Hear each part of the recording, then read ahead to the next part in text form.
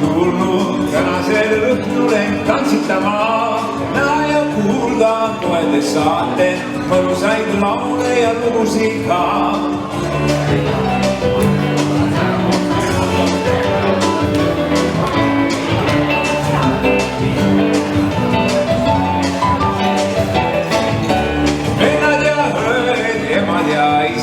Kes te siin saalis istute koos, käsi lööge kokku, kõik olge pisad, näidake välja, et tuju on hoos.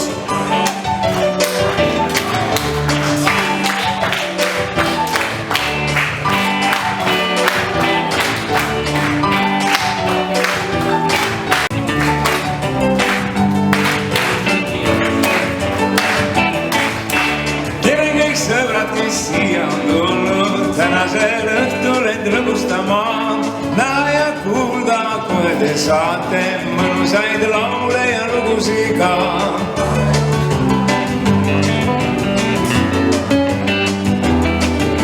Ja kohe te tantsida saate, nii et tuju läheb väga teil heaks. Me tervitame kõigi naisrahvaid. Ja meremeeste lugu on esimene lugu. Öö saabub sadama üle, laiutab lahtede suu. Tähtede helgivas süle, naeratab kullane kuu. Tean, et mu tüdruk sa magad, tean, et sind sujutab tuul.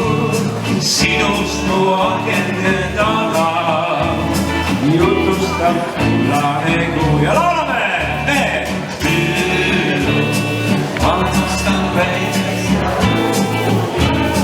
Tüdruk, sinust ma unistan vaid. Oi, sina kuulame kuuri. Tüdruk, ütle mul, kus sa need said. Vaadake seda pildi, sõbra! Mis toimub? Ei jäänud mitte midagi muud üle, tuligi siis merele tööle jääda. Aga Juhaniga oli see häda, et tema ei olnud kunagi varem merel käinud ja tema jäi koledasti merehaigeks. Mis põhjustab merehaigust? Kes teab? Merehaigust põhjustab meie keskkõrvas asuv tasakaaluorgan. No ja kuidas seda merehaigust nüüd siis ravida? Muidugi rummi abil, sellepärast, et mida teeb alkohol meie tasakaaluorganiga? Alkohol tasakaalustab meie tasakaaluorgani kenasti ära. Ja niimoodi siis tuligi Pootsman vaese Juhani juurde, kallas talle ühe korraliku klõmaka rummi lõugade vahele ja niimoodi Juhanist saigi meremees. Endistel aegadel, ja see kestis mitusada aastat, oli meremeeste igapäevane kohustuslik rummiratsioon pool pilti rummi päevas. See on umbes 300 grammi. Ja see oli tavaliselt 60-kraadine rumm, mida siis meestele anti. Tegelikult nad olid kogu aeg sükse vähese vine all, aga no mis neil kaptenitel muud siis üle jäi? Neil oli valida, kas neil on merehaiged ja täiesti kõlbmatud inimesed. Uskuge mind, ma olen näinud merehaigeid inimesi, see on täiesti kasutu, end üle parda visata. Või siis sellised lõbusas meeleolus ja toimekad inimesed seal pardal, kes üldiselt said oma asjadega hakkama. Ja see kena traditsioon kestis päris pikka aega ja meremeestele lõpetati nende igapäevase rummi andmine alles 1970. aastal.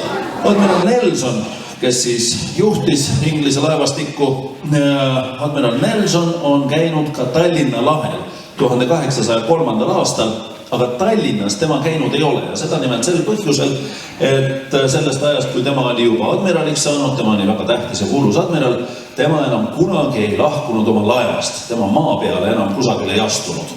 Ja kõik, kes tahtsid temaga rääkida, kaasa arvatud näiteks Inglise kuningas, pidi Nelsoni juures aja kirja panema, siis sõudis väikese sõudepaadiga sinna Nelsoni laeva juurde, ronis trepredelit üles, juhul kui Nelson viitsis teda vastu võtta. Nelsoni teadaolevalt oli ka hästi palju naisi igal pool erinevates sadamates, kes siis ka loomulikult tema juures laeva peal käisid. Tema oli üldiselt üks väga hurmav mees, temal nimelt oli üks silm ja üks käsi. Sellised naistele meeldivad vist.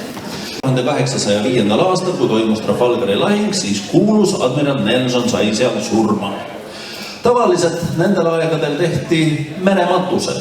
See tähendab seda, et surnukeha visati üle parda, aga tema oli nii kuulus meremees, et tema surnukeha taheti tagasi viia Inglismaale. See oli pikk reis, nad pidid teda kuidagi säilitama.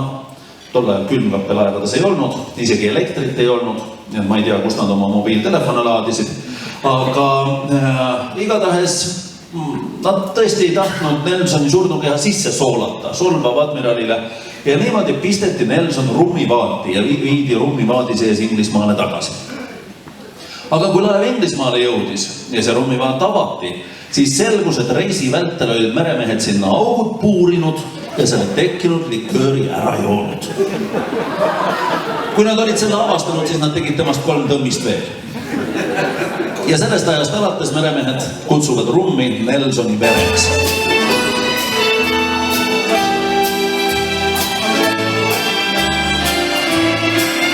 Olete valmis, jah? Sünnipäevalastele.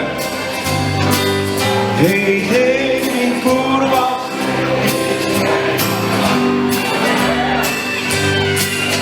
Mul on üks päev, mis meelest. See päev, kui murdsin sulle kõrgsaid hiili. Ei mõelnud vaid, et mälestuste jaoks valged roosed,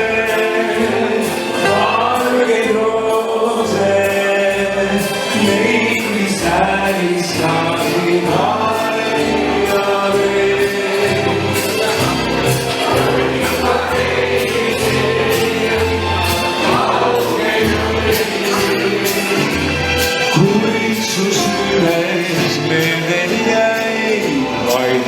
Laevalippu üle elanud mees. Suure vaevaga ajab ta ennast püsti ja komberdab liivasele rannale. Seal võtab teda vastu tema naine, kes on varem päästepaadiga saarele jõudnud. Jälle sama nägu. Kus sa nii kaua olid? Sina ka siin. Kus sa nii kaua oled? Laev lõppus juba eile. Mul on sama vastus. Me oleme kasutanud eelmise 2 lauaga sama internetti. Kus sa Lontrus 3 päeva kolasid? Mida sa siia tuled? Igalt poolt leiad mind üles. Kus sa nii kaua ringi kooberdasid? Nii, teeme aplausi, aitäh. Nii, ja interneti vastus on ka nii, et kus sa olid? Laev uppus juba eile. Nii, ja nüüd on siis 5. anekdoot ja see kõlab nii. Vestlevad 2 meest. Kas olete pannud tähele, et suurtel laevadel on enamasti naise nimed? Olen küll. See tuleb sellest, et Naised ujuvad igast olukorrast välja. Naised ei jää kuivale. Aitab merevikatsust üle saada. Meeste nimesid ei panna. Nende suunda on raske muuta ja kui põhja lähevad, siis kõige täiega. Ühine sama vastusega, aga on raskesti huvitavad. Naised ei lepi vähesed. Sest Neptun armastab naisi. Tuleb tagada võrdõiguslikkus. nii, suur aplaus. Ja interneti vastus on, et olen küll. See tuleb sellest, et nad on raskesti juhitavad.